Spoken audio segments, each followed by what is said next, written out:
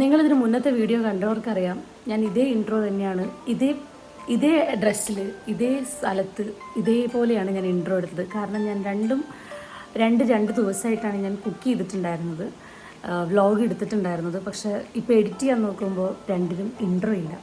അപ്പോൾ ഞാൻ വിചാരിച്ചു എന്നാൽ പിന്നെ വേഗം ഒരു ഇൻട്രോ എടുത്തിട്ട് ബാക്കി നമുക്ക് വീഡിയോയിലേക്ക് പോകാം. അപ്പോൾ ഇന്നത്തെ വീഡിയോ എന്ന് പറയുന്നത് നമ്മളൊരു fried rice and chilli chicken home മെയ്ഡാണ്. ഞാൻ വീട്ടിലുണ്ടാക്കുന്ന ഒരു ചെറിയ കുട്ടി വ്ളോഗ് പോലെ, റെസിപ്പി ആയിട്ടൊന്നും ആർക്കും കാണണ്ട, പക്ഷേ ഞാൻ ജസ്റ്റ് ഒരു ഷൂട്ട് ചെയ്ത് വെച്ചിട്ടുണ്ട്, ഒരു വ്ളോഗ് പോലെ. അപ്പോൾ അതിൻ്റെ വീഡിയോ ആണ് ഇന്ന് നമ്മൾ കാണാൻ പോകുന്നത്. ഞാനിങ്ങനെ പല യൂട്യൂബ് ചാനലിലൊക്കെ കണ്ട് സ്ഥിരമായിട്ട് വീട്ടിലുണ്ടാക്കാറുള്ളൊരു റെസിപ്പിയാണ് എൻ്റെ ഫ്രൈഡ് റൈസ്. ചില്ലി ചിക്കൻ ഞാൻ അങ്ങനെ വീട്ടിലുണ്ടാക്കിയിട്ടില്ല. മേ ബി ഇതിപ്പോൾ ഞാൻ ഒരു സെക്കൻഡോ തേർഡ് ടൈമോ ചില്ലി ചിക്കൻ ഉണ്ടാക്കുന്നത്. പക്ഷേ ഇത്തവണത്തെ ചില്ലി ചിക്കൻ അത്ര രസം ഉണ്ടായിരുന്നു എന്ന് വെച്ച് കഴിഞ്ഞാൽ റെസ്റ്റോറൻറ്റ് സ്റ്റൈലൊന്നും വന്നിട്ടില്ല, കാരണം നമ്മൾ കളറൊന്നും ആഡ് ചെയ്യുന്നില്ല. ബട്ട് നല്ല ടേസ്റ്റ് ഉണ്ടായിരുന്നു, എല്ലാവരും കഴിച്ചു, എല്ലാവർക്കും നല്ല അഭിപ്രായമായിരുന്നു. അപ്പോൾ അതിൻ്റെ വീഡിയോ ഒന്ന് നമുക്ക് കണ്ടിട്ട് വരാം. യെസ്, അങ്ങനെ welcome to our YouTube channel. ആദ്യം തന്നെ നമുക്ക് ചില്ലി ചിക്കന് വേണ്ടിയിട്ടുള്ള ചിക്കൻ മാരിനേറ്റ് ചെയ്ത് വയ്ക്കാം. ഇതിപ്പോൾ ഞാനൊരു കുറച്ചധികം പീസ് ചിക്കൻ എടുത്ത് വെച്ചിട്ടുണ്ട്, കുറച്ച് ബോൺലെസ്സും കുറച്ച് ബോണുമായിട്ട്. അപ്പം ഞാൻ ആദ്യം സോയാ സോസ് ഒഴിച്ചു, പിന്നീട് ടൊമാറ്റോ സോസാണ് ഒഴിക്കുന്നത്.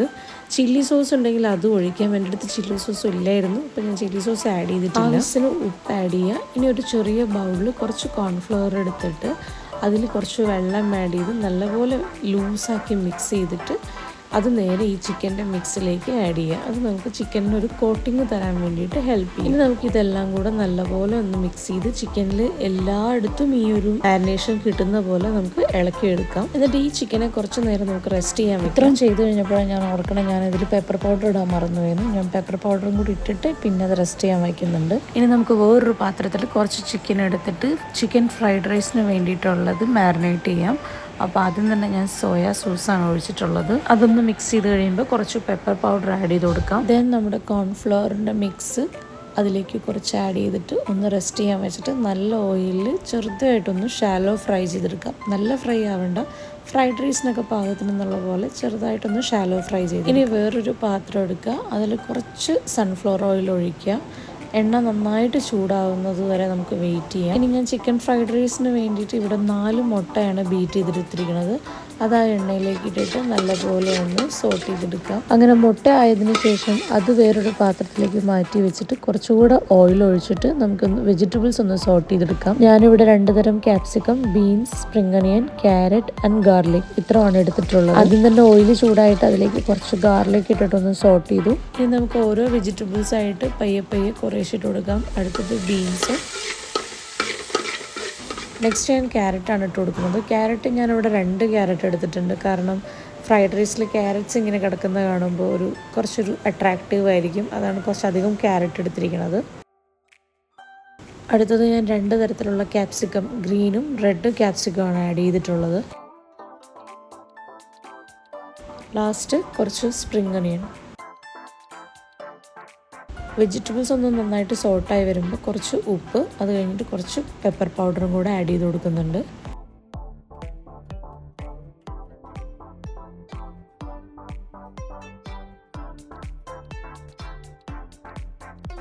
ഇനി ഞാൻ അതിലേക്ക് കുറച്ചുകൂടെ ഓയിൽ ഒഴിച്ചിട്ട് നമ്മൾ ഫ്രൈ ചെയ്ത ചിക്കൻ ഇതുപോലെ കൈ കൊണ്ട് ഇങ്ങനെ പിച്ച് പീസാക്കി എടുത്തു.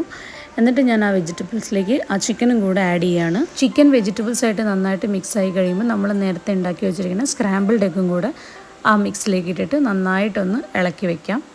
ഇനി നമുക്ക് ഫ്രൈഡ് റൈസിന് വേണ്ടിയിട്ടുള്ള ബസ്മതി റൈസ് ആഡ് ചെയ്യാം. ഈ റൈസ് ഞാൻ ആദ്യമേ തന്നെ കുറച്ച് നേരം വെള്ളത്തിലിട്ട് പിന്നെ തിളപ്പിച്ച് വാർത്തെടുത്ത് വെച്ചതാണ്. ശ്രദ്ധിക്കേണ്ട ഒരു കാര്യം എന്ന് വെച്ച് കഴിഞ്ഞാൽ ഫ്രൈഡ് റൈസിൻ്റെ റൈസ് മിക്സ് ചെയ്യുമ്പോൾ റൈസിൻ്റെ ചൂട് ഫുള്ളി പോയിട്ടുണ്ടാവണം. റൈസ് നല്ലപോലെ തണുത്തതിന് ശേഷമാണ് നമ്മളിങ്ങനെ വെജിറ്റബിൾസായിട്ട് മിക്സ് ചെയ്യുന്നത്. മാക്സിമം ഇങ്ങനെ ഫോൾഡ് ചെയ്തിട്ട് ഇളക്കാൻ നോക്കുക, കാരണം അല്ലെങ്കിൽ നമ്മുടെ റൈസ് മുറിഞ്ഞു പോകും. അങ്ങനെ നമ്മുടെ റൈസ് ഇവിടെ കംപ്ലീറ്റ്ലി റെഡി ആയിട്ടുണ്ട്. ഞങ്ങളൊന്ന് ടേസ്റ്റ് ചെയ്ത് നോക്കുമ്പോൾ കുറച്ച് സോയാ സോസിൻ്റെയും പെപ്പറിൻ്റെയും കുറവുണ്ടായിരുന്നു. അപ്പോൾ അത് രണ്ടും നമ്മൾ രണ്ടാമത് ഒന്ന് ആഡ് ചെയ്ത് കൊടുത്തിട്ട് ഒന്നും കൂടെ ഒന്ന് മിക്സ് ചെയ്ത് റെഡിയാക്കി. അടുത്തത് ചില്ലി ചിക്കന് വേണ്ടിയിട്ട് ഞാൻ വേറൊരു പാത്രത്തിൽ കുറച്ച് ഓയിൽ ഒഴിച്ചു. ഓയിൽ ചൂടായി കഴിയുമ്പോൾ അതിലേക്ക് ഞാൻ ഗാർലിക്കും പച്ചമുളകും ഇട്ടു. ഗാർലിക് നന്നായിട്ട് മൊരിഞ്ഞു വരുമ്പോൾ നമ്മുടെ വെജിറ്റബിൾസ് ആയിട്ടുള്ള ക്യൂബ്സ് ആയിട്ട് അരിഞ്ഞിട്ടുള്ള സവാള 2 തരം ക്യാപ്സിക്കം ഇട്ടു. അത് നന്നായിട്ടൊന്ന് വാടി കഴിയുമ്പോൾ കുറച്ച് സ്പ്രിംഗ് ഒനിയൻ ഇട്ടു. ദെൻ അതെല്ലാം സോട്ട് ചെയ്ത് കഴിയുമ്പോൾ നമ്മൾ നേരത്തെ മാരിനേറ്റ് ചെയ്ത് വെച്ച ചിക്കൻ ഫ്രൈ ചെയ്തത് അതിലേക്ക് മിക്സ് ചെയ്ത് കുറച്ച് പെപ്പർ പൗഡറും സോയാ സോസും ചില്ലി സോസും ടൊമാറ്റോ സോസും ചേർത്തിട്ട് നല്ലതായിട്ട് ഇളക്കാം. ഞാനിവിടെ ചില്ലി സോസ് ആഡ് ചെയ്തിട്ടില്ല, എൻ്റെ അടുത്ത് ചില്ലി സോസ് ഇല്ലായിരുന്നു. ഇതെല്ലാം നന്നായിട്ട് മിക്സ് ചെയ്ത് കഴിയുമ്പോൾ കുറച്ച് വെള്ളം ഒഴിച്ചിട്ട് നന്നായിട്ട് തിളപ്പിക്കുക. ദെൻ കുറച്ച് കോൺഫ്ലവർ കലക്കി ഒഴിക്കാം. അതിൻ്റെ വീഡിയോ ഞാൻ എടുക്കാൻ മറന്നുപോയി. അങ്ങനെ നമ്മുടെ ചില്ലി ചിക്കൻ റെഡി. അപ്പോൾ അടുത്ത വീഡിയോ കാണാം. ബൈ.